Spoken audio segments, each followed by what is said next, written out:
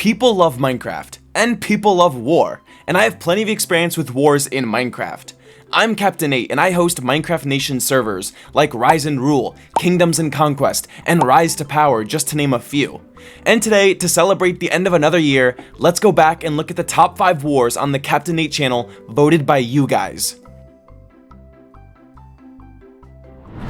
Starting off at number 5, let's go back to the Rise to Power days. After some threats of war, many nations found themselves in a world war against the nation of Sonarpos. This would be one of 2 world wars against the Sonarpos. Tensions between Sonarpos and Crinto are still pretty high, and remember Chikortia? They got invaded by the Cavier dynasty and disbanded. Well, they're back, and they are now the UCSR, and they are on Crinto's side, along with Sheed, Phoenicia, and Shoto, while only one nation is supporting Sonarpos, which is Norduria. The Sonarpos would be crazy to declare war, so for now, there was peace. For about 3 seconds. With the Sonarpos' continued threats to invade Crinto had enough and declared war on the Sonarpos. Sheed, Phoenicia, Shoto, and the UCSR quickly joined in against the Sonarpos. The plan was simple: send everyone to their land and hopefully have a quick victory. Let's go, men. Everybody ready to get your gappos and everything there? We're gonna flank. We're gonna flank. Nate, please don't die. Let's go, men. We invaded you again, just to find nobody. It really is. You know, we've done this before. Once we got there, it was empty, and we feared that this would be the same outcome as the last war. But then, we found out that they were in Crinto, so half of us went back to Crinto and fighting broke out in the city. Have one. I need to have Nate! it. What? Okay, so who's Nate, they're all at it. They're all there? Any, I just need one, so we get down. They're coming. I gave you one. They have a... They're on their way. Dolphin killed A-bomb. Don't kill me. Fighting broke out and members of Norduria showed up. Confusion spread throughout the battlefield, and over in Crinto, the Sonarpos were winning. Bro, I cannot lose you. Keep firing. Hold them back. Still on the capital, like, on a capital, so not bad. I wouldn't recommend going in the water, it's gonna give us a disadvantage. He's right here. Oh, tricep. Hey, I got it was never meant to be, man. Guys, no, please, don't. I can't.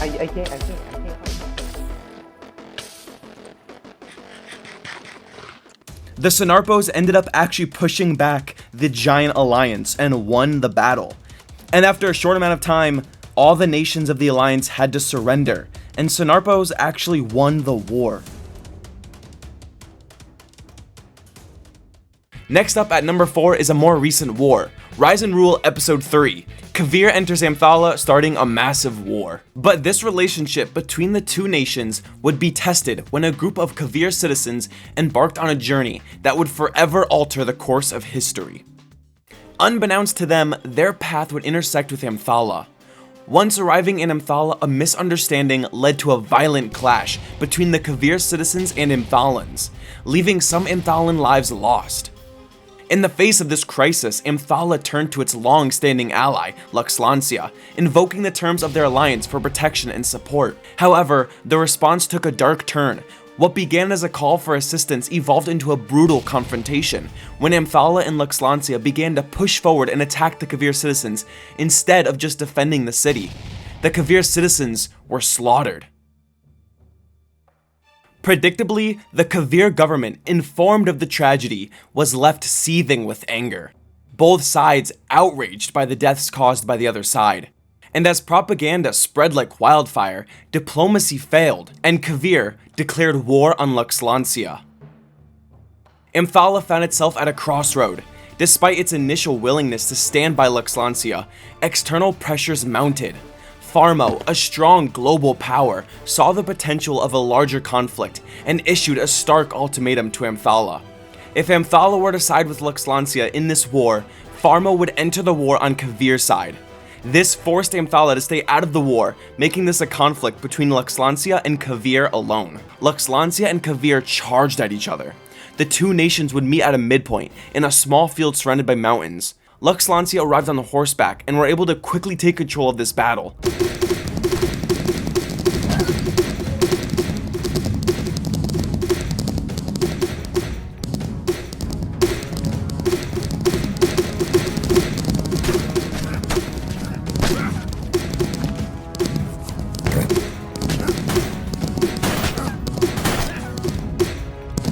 Cavier was not prepared for the quick attack, and Cavier would take a devastating loss in the first battle. The outlook for Cavier winning this war was unlikely, but Cavier would not back down. As Luxlancia pushed forward, the next battle would start after Luxlancia pushed into Cavier land.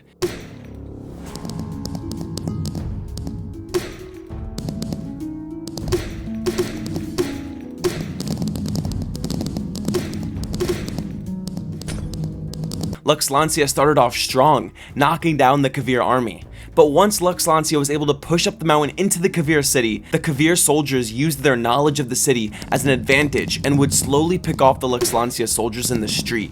Surprisingly, Cavier would pull off a victory and would leave Luxlancia severely damaged. Cavier took this opportunity to hit Luxlancia hard. Cavier rushed towards Luxlancia and would invade the Lux capital. The Luxlancians stationed on top of a massive temple.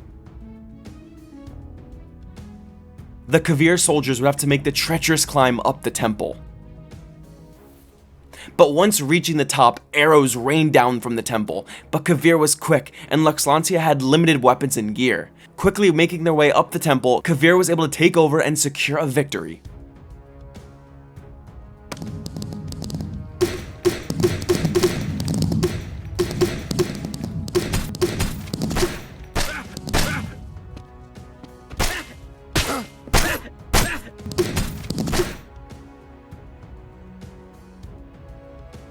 In a surprising defeat, Luxlancia had lost the war, Cavier demanding reparations from Luxlancia, and for Amphala, seeing their close ally get defeated was a hard sight to see.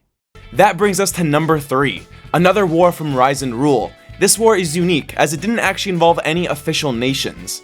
This is the Tribe War. On day 2279, a large group of Amphalians got on horses and headed south towards the desert. This wasn't unusual, as it was common for exploration of this kind. However, just as the Amphalians got to the desert, they were met by 3 players.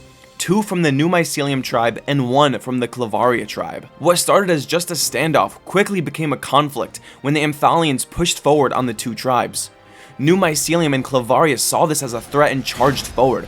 The 3 tribes clashed. Amphalia overpowered the 2 tribes, pushing them back and crossing the river. But New Mycelium and Clavaria didn't back down. They made a strong push back and were able to hold off the Amphalians. However, during this battle, the 2 players from New Mycelium were killed, and 1 player from Amphala was killed. Although just 3 casualties, this was the first deadly conflict for this continent in the new era. And this would be the start of a far more deadly war. The player from the Clavaria tribe quickly got on his horse and headed off north to try and find other tribes to hopefully make alliances and warn of a potential Amphala attack. On day 2283, most of the tribes would eventually meet in Farmo. Nate, they're on the platform. They're just sitting there, to be honest. Really? Yeah. Oh, yep, there's I think I hit one. an arrow. Yo, Vita. Vita can't fight though. Oh, what the heck? Some Farmo citizens went over to see what was going on, but suddenly, Amphala and another tribe by the name of the Forge showed up just off the coast, and a battle started. The tribes of Madheim, Clavaria, and Borealis stationed on the beaches of Farmo fought to keep Amphala from advancing onto the beach, both sides raining down arrows on each other. It seemed like no one side was making any progress. They're amphibians or something, I don't know. They're definitely bad guys. Here, take some bread. I'll support you. Take some bread. Vita, take some bread. Shun from the might of our coalition. We shall perish, make them perish. Oh, that's a good one. But Amphala's side started taking heavy losses, and the Farmo citizens that showed up got stuck in the crossfire and were killed. This battle quickly became more than just a war between tribes. Now even official nations saw casualties. As the battle went on, eventually the firing of arrows stopped. The Amphala side faced a devastating loss. Madheim, Clavaria, and Borealis, with the advantage of solid ground, were able to hold off the attack. Clear out the field, make sure. We need a perimeter search. Alright. Probably. We're all on the call, so I something can tell else. them to do it. But yeah, we need a perimeter search first. Make sure there's nothing left. However, the war wasn't over. The last 3 tribes were now against each other. But to avoid any more loss of innocent life, the nation of Arrival Hall agreed to hold the last part of the war in their Colosseum.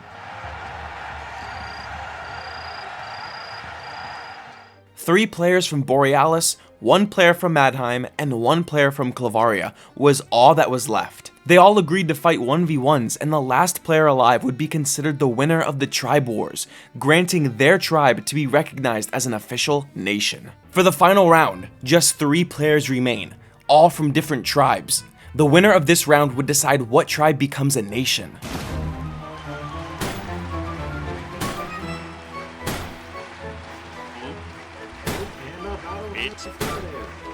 And we can only render a name. That's all you need. I'm not gonna make it. Oh, do not shoot the crowd. Oh no! It looks like the 2v1 is constantly shifting to who is the one. Oh, they have engaged. Borealis is out. It is Mycelium versus... I don't know where Nate's from. No! Nate, where are you?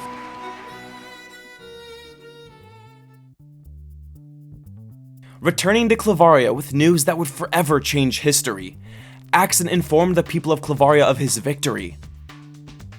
On day 2286, a momentous announcement was made. Clavaria had achieved the status of an official nation. The second best war voted by you guys was another throwback to Rise to Power. Near the end of the server, Shoto and Renta faced off in an epic showdown as the entire world spiraled into a world war. In the last episode, Shoto and Norduria went to war, and Norduria ended up winning. Surely things couldn't get any worse. I don't even Yeah, I still don't like Shoto this at whole all. thing. I say we all go to war with each other. Wars are fun. Are you dumb? It might make money You sound somehow. dumb Everyone right now. quiet down. My name is Renta. I'm here to take down all of you pathetic little baby losers. Hey.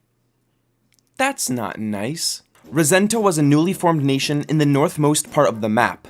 And they wanted blood. Hey UCSR, you're looking kind of bumfuzzled over there. What did you call me? I'm gonna declare war on you. Hey, don't do that, because if you... Wait, is that Norduria? Oh, no they don't. Ah! Ah! And so, Renta declared war on the UCSR.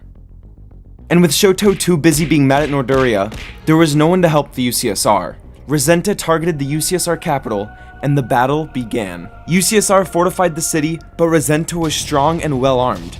UCSR struggled to keep them out of the city.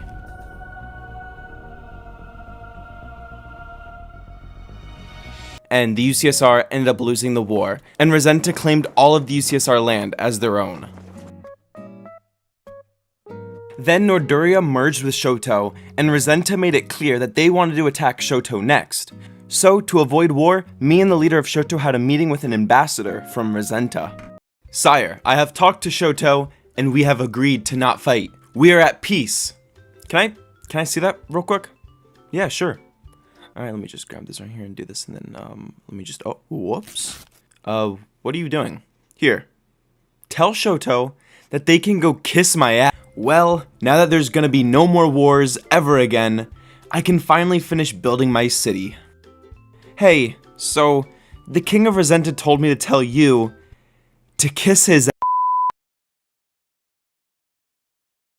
Hey, that's not. Then Renta declared war on Shoto, and Livonia, Caria, and Snowfall joined Shoto's side, and Eurosia, Phoenicia, Seawolves, and Eulinia joined Renta's side, because who doesn't like a good old world war?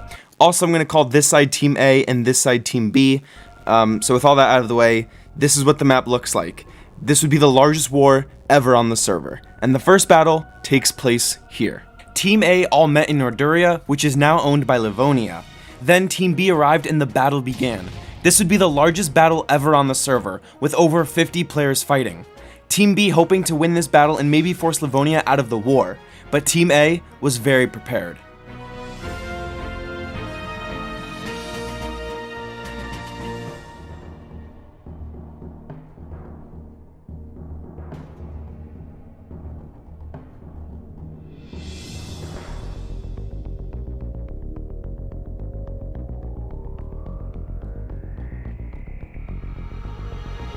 After a very long battle, Team A was able to push out Team B, winning the first battle. Okay, we lost the first battle, but the war's not over. We can still win this. Wait, where are you guys going? Wait, no, come back! Eulenia decided to join Team A, and Eurasia backed out of the war. Then Corinto joined the war and joined Team A.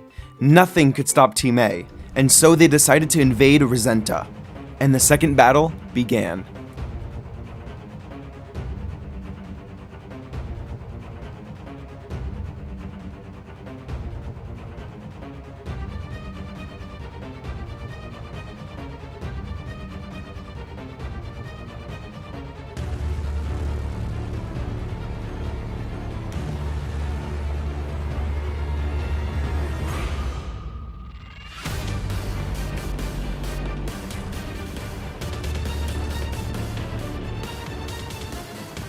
Team B was outnumbered, and eventually they had to retreat to their capital.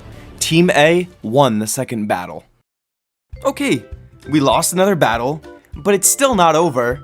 Where are you oh, okay.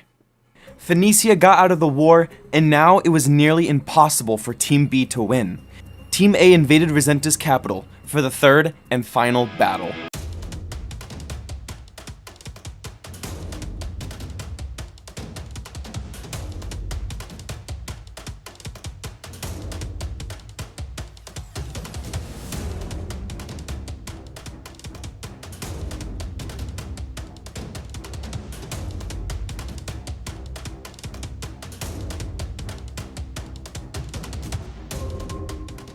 Team A was able to win the third battle, taking out Renta and ending the war. Renta's land was split between Shoto and Livonia. And finally, the best war voted by you guys on the CaptainNate channel is the Continental War against Bonia.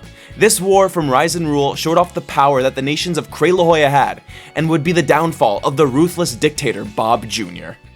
Would be the first to declare war on Bob Jr. and side with Rival Hall. This would quickly convince Marino and New Mycelium to join in and declare war on Bonia. However, Bonia would not be alone. Because of a full military alliance, the nation of Quasar would join the war on Bobonia's side. Seeing that Bonia now has help in the war, other nations started to fear that more nations may side with Bonia.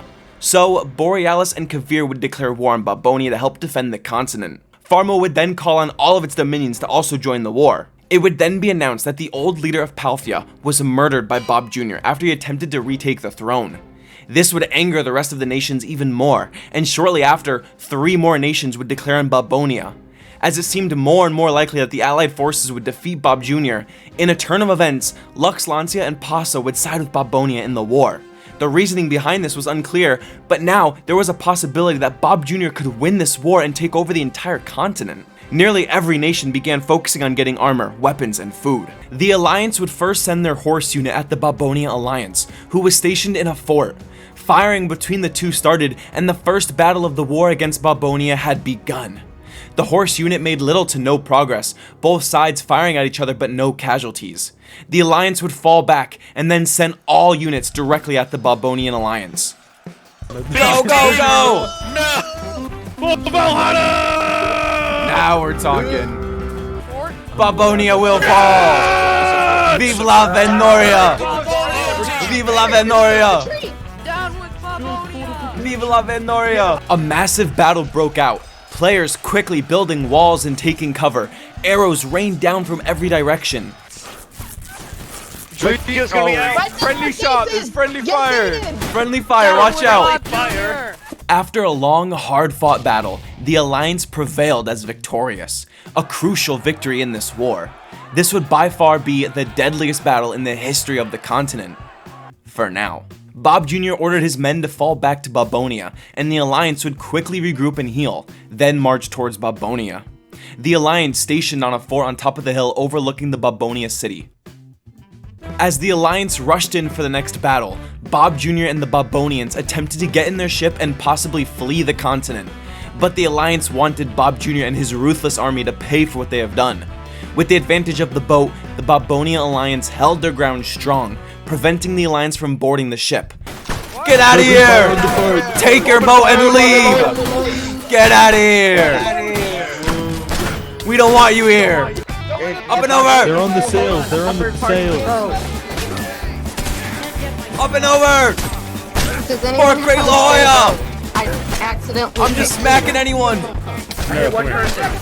Was it Bonia? I don't know. It's CaptainNate. I see Nate's here. Attack! Vive la Great La Jolla! Who killed me with Fortnite burger? There's so many people! I don't know what's going on! Hello. Please, I'm not Bonia. I'm sorry, Harry. I can't tell what's going on! Oh my god. Vive la Venoria! Vive la Venoria! I don't want to do this. Oh, that's a strong. Oh no, that's strong. I heard it a lot, real bad. Ouchie. Hey man, I just want to let you know, good luck. Most of your room's kind of dying. Don't hurt me. Retreat. Whoever has bunker room is trapping me under the ice. You got this. Oh, Palthera's here. Palthera, push up. Finally, jeez. Remember what they did. Even after a large group rushed the boat and got on board, the Bonia Alliance was able to hold them off and retake the boat. The battle went on for quite some time, but the Bonia Alliance stayed firm on the boat, and at times seemed like they might even win this battle. But eventually, the Alliance was able to regroup and made another push onto the boat. This time, they would finally take control of the boat and wipe out the remaining Bobonians. The Alliance has won the war, and Great La Jolla was freed from Bob Jr.'s tyranny. Although a victory, there were many casualties, and it will take a long time to recover. Thank you all so much for a great year, and if you agree with the list or disagree, let me know in the comment section. Did I miss a war? Is there a war that was better in there? Let me know. Argue with each other in the comments, it'd be hilarious. Also, of course, if you enjoy the video, please leave a like and subscribe. We got more videos coming. It's gonna be great, it's gonna be awesome. And join the Discord, the link is in the description, and you can get notified of whenever I upload, events, new servers, everything. You can chill with all the other people in there, it's great. Also, support me on Patreon, the link is in the description, it helps me out a bunch. But with all that being said, thank you again so much, and I'll see you all in the next video.